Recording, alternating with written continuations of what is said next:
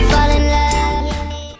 I'm Jake. I'm Tom. And we are BIMTV Velocities in Music. Today, we're going to review M.I.A.'s album that she came out, not the new one, the one that came out earlier in 2010, M.I.A, which is actually / / / Y / you know, you get it. Tom, what did you think of M.I.A? Well, here's the way I would describe this sound. For any of you who are familiar with the Tron movies now, I feel like on this album it sounds like M.I.A. was sucked into that Tron digital video game world, and she's like yelling at you from it. So it's like everything that she says and does is going through this digital filter, and that's the best way I could describe it. I mean, everything is it's well produced, but everything is very kind of like disjointed and straight in a very artistic way. It is well produced. I'll give you that. There's a lot of really good, cool production, great sound effects. One thing I don't like is I don't like how loud it is. This album is cranked to the max, and I think that there's a big tendency in music today to do that, and I don't know how appropriate it is all the time. Yeah. Anyways. So, to come out and say it, I didn't like this album all that much. It's one of those things where there are some tracks that I thought were really good, but the tracks that I didn't like, it wasn't just like, oh, it's filler. It was like, it actually annoyed me to listen to. So I'm going to try to kind of, so that people don't hate me as much, hopefully, I'm going to kind of point out the things that I didn't like, and then go into the things that I did like, because there are some redeeming qualities here. So keep watching so you can hear what he did like. Yes, exactly.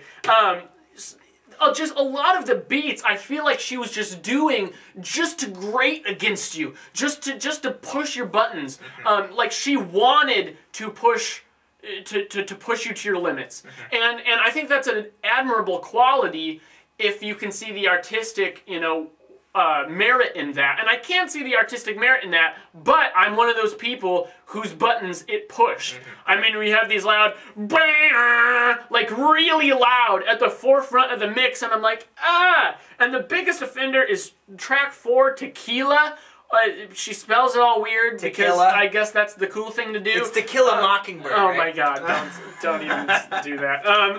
But that song just bugged the crap out of me. It's like 6.5 minutes of just obnoxious, just flat out obnoxious, and it just kills me. And it's weird because, you know, M.I.A. has always been this kind of hip-hop kind of crossover artist between pop and other genres. She's always done things different with it, with her first 2 albums, Arular and why can't I even think of the other album that she put out? I'm sorry, it's going to drive me nuts now. But this one, she's getting it more experimental. Right. And the thing is, I think that's really cool. I think that's really one of those admirable qualities. It's good to see that she's not letting herself get pigeonholed in this sound. But at the same time, I just didn't like the direction she happened to go with it. This is one of those albums that while I really don't enjoy as an album all that much, it makes me excited to see where she'll go in the future because it shows she has the potential to do some really crazy, forward-thinking things. And at the foundation of M.I.A.'s music, you have to understand, this is experimental pop music. Lady Gaga came close to doing stuff like this on the Fame Monster, her second EP album. But M.I.A. here, this is clearly experimental pop music, so you have to keep that in mind. This is an artistic statement. I posted an interview at our website down there, and it's a 37-minute interview. I didn't watch the whole thing. I watched about half of it. But I'll tell you, she clearly has ideas in mind. This is artistic expression. So it's an artistic, experimental album. When you have albums like that, there's going to be some hit and miss. So she meant for this to be jarring. She meant for it to be extreme. She meant for it to affect people like me and Tom in the way that it affected what Tom said. Now, I actually cannot stand the first 4, even 5 tracks on this album. Now, the rest of the tracks I think are quite good.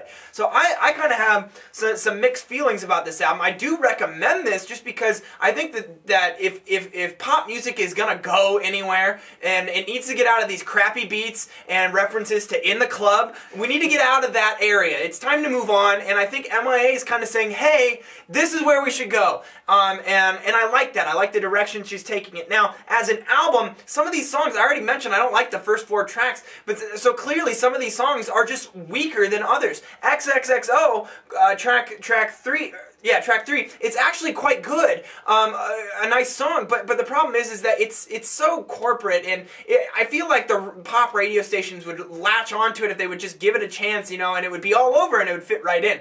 But I don't think it works very well on the album because of what she's trying to do is be extreme. So there's some displacement there. The other thing is I just think that M.I.A. has here just doesn't execute a lot of tact or control over the sound.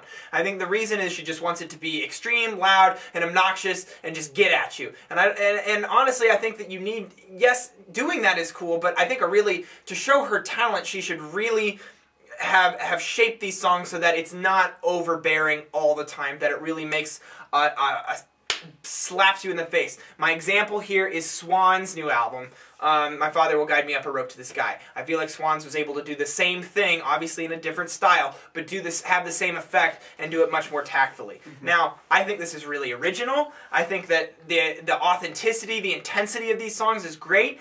I think that there's a big diversity in the types of songs you're going to get. There was some island beat music in there. There's some really spacey, atmospheric, the track called Space.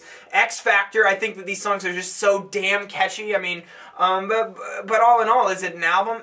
It struggles. So, for me, I'm giving this a 68. I feel like it's on the cusp of being something. It needs work to be a good album, but I think there's some good ideas on here. I'm going to give it a 58. Yeah. I think I disliked it more than I liked it, and most of the redeeming qualities are actually more towards M.I.A. as a person and an artist rather than helping the actual music. It makes me respect her, but it doesn't make me enjoy the music, and that's what we're talking about. Yeah, and one thing I mentioned to Tom before we turned the camera on is that I favor albums that have a strong back half, and if the back half sucks, I typically don't like the album. So the fact that I like tracks 6 through 12 is probably why I favor this a little bit more. But what do you guys think? Did you like M.I.A.'s third album?